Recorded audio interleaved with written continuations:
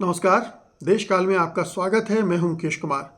दोस्तों, पिछले 2-3 हफ्तों में कुछ ऐसा घटित हुआ है जिससे एकदम से प्रियंका गांधी एक बड़ी कम्युनिकेटर के रूप में, मास कम्युनिकेटर के रूप में उभर कर आई हैं।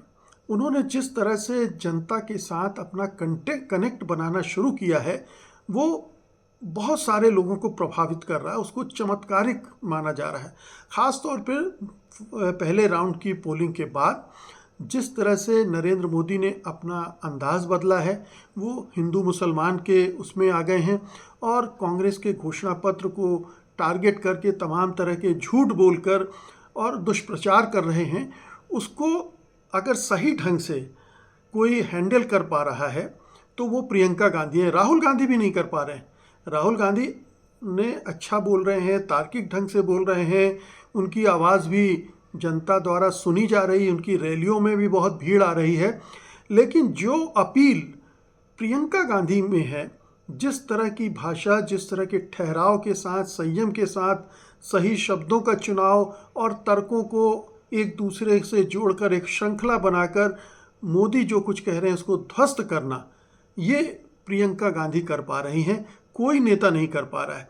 अब आप देखिए, शुरू में जिस तरह से उन्होंने मंगलसूत्र की बात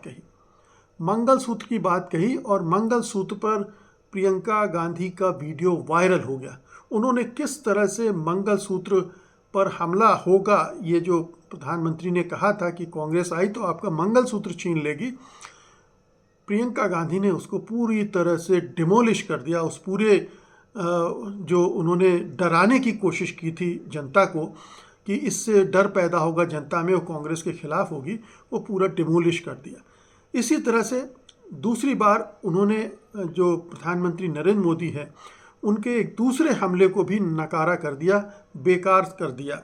जब उन्होंने विरासत का सवाल उठाया, इनहेरिटेंस टैक्स की बात की, सैम पित्रोदा ने वहाँ कहा कि इनहेरिटेंस टैक्स लगाया जाना चाहिए और नरेंद्र मोदी ने कहा कि राजीव गांधी ने इनहेरिटेंस टैक्स यानी विरासत का जो टैक्स था उसको हटा दिया था, क्योंकि उन्हें अपनी विरासत पर जो धन था उसको कब्ज़ा करना था, उसको बचाना था, टैक्स नहीं देना था। इसलिए, हालांकि बहुत बड़ा झूठ है, क्योंकि बहुत आर्थिक विरासत बहुत उनके पास खानदानी रही नहीं है।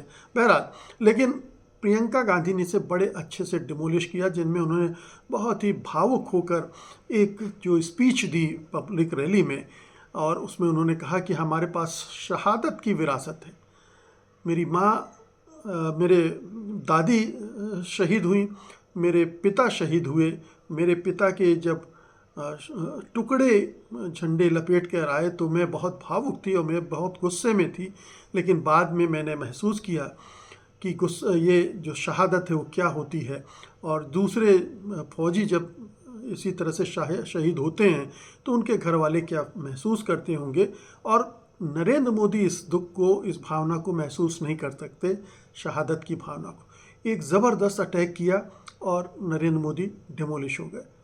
तीसरा अटैक, अब उन्होंने जो कांग्रेस के घोषणा पत्र को के बारे में कहा कि कांग्रेस सारा पैसा आपसे ले लेगी और फिर वो दूसरों को बांट देगी, ख़ासतौर पर मुसलमानों को बांट देगी, मुसलमानों के बच्चों को बांट देगी, वो घुसपैठियाँ वगैरह वगैरह। ये एक नरेंद्र मोदी इस तरह की बकवास करते आ रहे हैं, उसको डिमोलिश किया उन्होंने। और जो उन्होंने कहा था आपके घर में 2 भैंस होगी तो 1 भैंस ले जाएंगे। प्रियंका गांधी ने कहा कि कांग्रेस 55 साल इस देश में रही है, उसने ये दिया है, IIM दिए हैं, एम्स दिया है, इसरो दिया है, वगैरह वगैरह, भाखड़ा नंगल वगैरह वगैरह, सब जो कुछ दिया है उसके बारे में बात की। और पूछा कि क्या 55 सालों में आपसे किसी का मंगलसूत्र किसी कांग्रेस सरकार ने छीना है? चूँकि ये हुआ नहीं है तो कैसे कोई कहेगा। कांग्रेस ने बहुत कुछ दिया है, कांग्रेस में बहुत सारी खामियां होंगी, लेकिन कांग्रेस ने बहुत कुछ इस देश को निर्माण करने में दिया भी है। तो ये एक तीसरा जो अटैक हो रहा था नरेंद्र मोदी की तरफ से, उसको डिमोलिश किया। और फिर चौथा, जो बार बार नरेंद्र मोदी राहुल गांधी को शाहजादे कहते हैं, उसका जवाब उन्होंने दिया और उसका जवाब भी बड़ी खूबसूरती से दिया।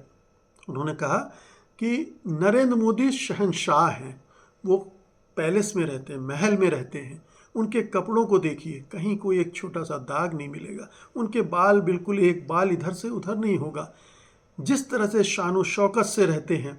और उसके बरक्स राहुल गांधी ने 4000 किलोमीटर की पैदल यात्रा की, कन्याकुमारी से कश्मीर तक। वो हर तबके के लोगों से मिले, हर तरह के लोगों की बात उन्होंने सुनी। अब आप बताइए कौन शहंशाह है, कौन शहजादे हैं? तो उन्होंने प्रियंका गांधी ने इसको भी पूरी तरह से डिमोलिश कर दिया। तो प्रियंका गांधी आज की तारीख में हिंदुस्तान की सबसे बड़ी कम्युनिकेटर बन के उभरी हैं। अब वो मोदी से ज़्यादा बेहतर ढंग से कम्युनिकेट कर रही हैं पब्लिक के साथ, और ये कांग्रेस के लिए बहुत ही उम्मीद की बात है। बहुत कॉन्फिडेंस इससे बिल्ड हो रहा है और अपोजिट कैंप को इससे बहुत परेशानी होने जा रही है। बहुत बहुत शुक्रिया आपका, धन्यवाद, नमस्कार।